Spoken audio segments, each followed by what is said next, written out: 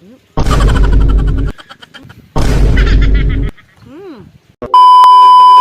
So guys, andito tayo ngayon sa hydroponico dito sa Rancho Paraiso. Ito po ang lettuce, isa sa mga variety ng lettuce na romaine. Kung saan, guys, ito ginagamit na lettuce ng SNR. Ngayon, titikman natin kung gaano ba kasarap to kasi fresh na fresh po ito. Higit sa lahat, hindi po ini-spray ng lason to dahil hindi po makakapasok ng kahit ano insekto rito. Kaya napaka-fresh na ito. Pwede tayong kumain guys. Panorin nyo to. Ayan.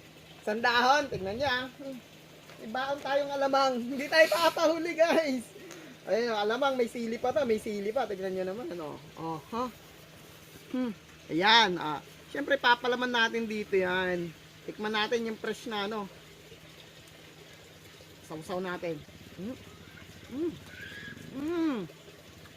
Ang sarap. Sagad yan. Tikman natin ito. Ano pangalan po nito? Lola Bionda. Lang, loko tayo sa ilalim. Napakita ko sa inyo na dito sa hydroponico, napaka-fresh po ng lettuce sila. Iba't ibang klaseng lettuce po ang meron dito. Ano, lawak, di ba?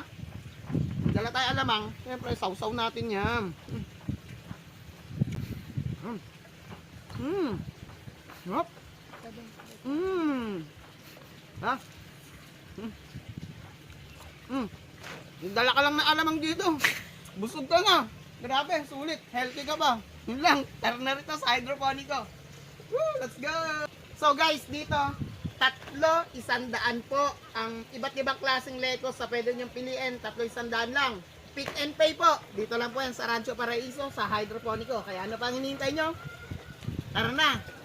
Subukan nyo, tikman nyo to. Dahil dito lang meron na ito sa Pilipinas. Let's go!